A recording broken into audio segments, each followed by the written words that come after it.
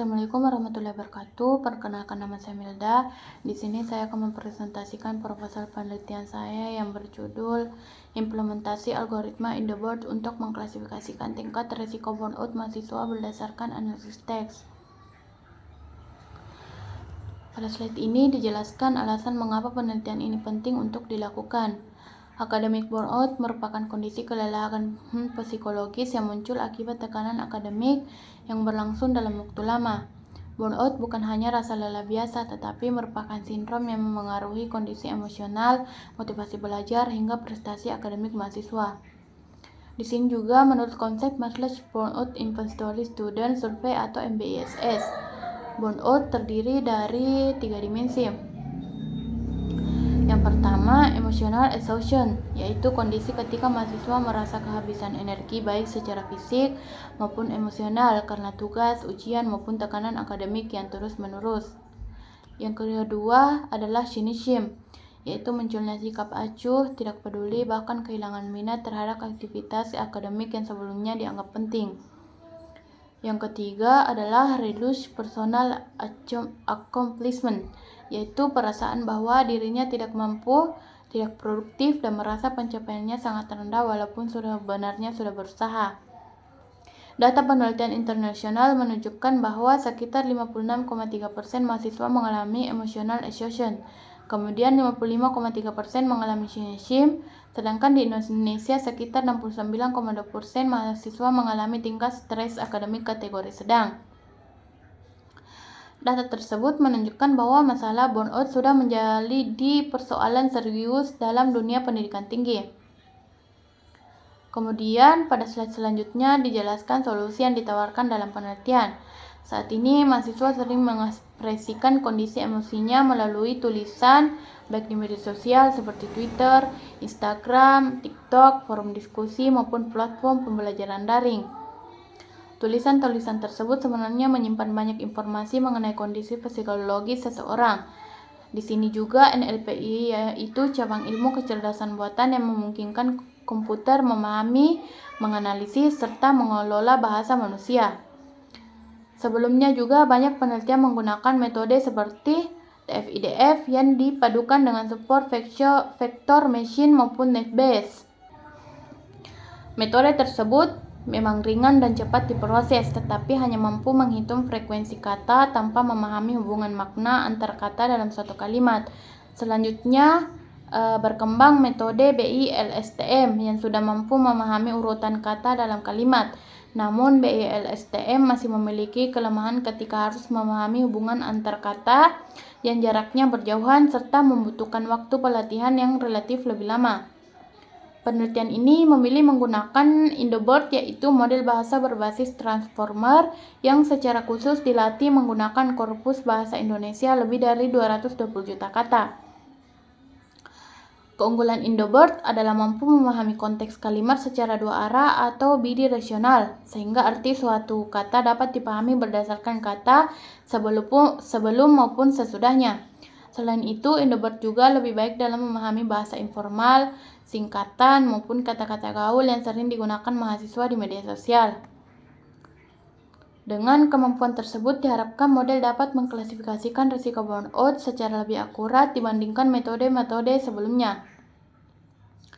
Kemudian pada slide selanjutnya, ini dijelaskan pertanyaan penelitian yang ingin dijawab. Yang pertama, rumusan masalah yang pertama adalah bagaimana cara memperoleh serta mempersiapkan data teks berbahasa Indonesia yang dapat mempresentasikan kondisi burnout mahasiswa sehingga siap digunakan untuk pelatihan model. Yang kedua, bagaimana mengimplementasikan algoritma IndoBoard sehingga mampu mengklasifikasikan tingkat risiko burnout ke dalam 3 kategori, yaitu rendah, sedang, dan tinggi. Rumusan ketiga berkaitan dengan tantangan linguistik bahasa Indonesia seperti penggunaan bahasa gaul, singkatan, kata tidak baku, maupun struktur kalimat informal yang sering muncul dalam tulisan mahasiswa. Yang keempat, bagaimana mengevaluasi performa model menggunakan metrik akurasi, precision, recall, dan F1 score sehingga dapat diketahui seberapa baik model melakukan klasifikasi. Yang terakhir, bagaimana mengetahui efektivitas sistem berbasis IndoBoard apabila dibandingkan dengan analisis teks secara manual. Kemudian slide selanjutnya, agar penelitian lebih terarah maka diterapkan beberapa batasan. Yang pertama, penelitian hanya menggunakan data teks berbahasa Indonesia yang berasal dari 3 sumber, yaitu dataset publik Kaggle, media sosial seperti Twitter, Instagram, dan TikTok, serta jawaban kuesioner terbuka mahasiswa. Kedua, metode yang digunakan hanya berfokus pada preprocessing teks dan proses fine-tuning model in the board BAS P1 atau P2. Ketiga, hasil klasifikasi hanya dibagi menjadi 3 kategori risiko blowout, yaitu rendah, sedang, dan tinggi berdasarkan dimensi MBI SSS. Keempat, penelitian tidak membahas implementasi sistem ke dalam aplikasi yang siap digunakan masyarakat atau deployment, melainkan hanya berfokus pada pembangunan model klasifikasi dan evaluasi performanya. Dengan adanya batasan tersebut, ruang lingkup penelitian menjadi lebih jelas sehingga proses penelitian dapat diselesaikan sesuai target. Kemudian keenam, di sini ada menjelaskan alur berpikir penelitian dari awal hingga menghasilkan solusi.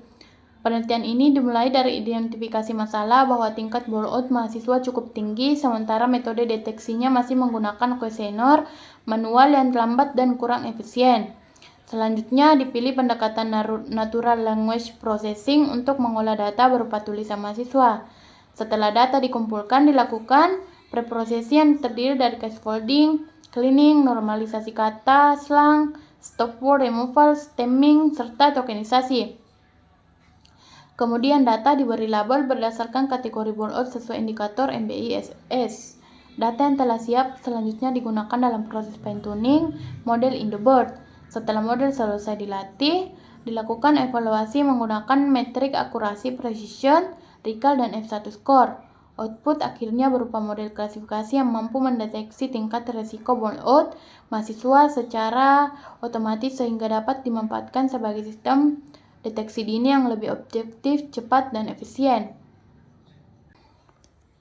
Kemudian selanjutnya pada slide ini menjelaskan bagaimana model in the board bekerja, yaitu berupa desain arsitektur model. Model yang digunakan adalah in the board base P1 yang dikembangkan oleh Koto dan rekan-rekannya. Model ini terdiri atas 12 lapisan transformer encoder, memiliki dimensi hidden sebesar 768, menggunakan 12 attention heads sekitar 110 juta parameter, serta vocabulary sekitar 32.000 token. Alur kerja model dimulai ketika teks mahasiswa dimasukkan ke dalam sistem. Kemudian teks melalui tahap preprocessing dan tokenisasi menggunakan metode WordFish. Token-token tersebut diproses oleh mekanisme multi-head self-attention yang memungkinkan model memahami hubungan antar kata dalam sebuah kalimat. Selanjutnya, hasil attention diproses oleh feed-forward network dan layer normalization, sehingga model mampu membangun representasi kalimat yang lebih baik. Kemudian pada lapisan terakhir digunakan fungsi softmax untuk menentukan probabilitas masing-masing kelas blowout, yaitu rendah, sedang, dan tinggi. Dalam proses fine-tuning digunakan beberapa hyperparameter, yaitu learning rate antara 2x10 hingga 5x10, batch size 16, jumlah epoch 3-5, dengan early stopping, optimizer Adam W, dropout 0,1, serta pembagian data 70% untuk training, 15% untuk validation, dan 15% untuk testing. Pemilihan parameter tersebut bertujuan agar model memiliki performa optimal tanpa mengalami overfitting.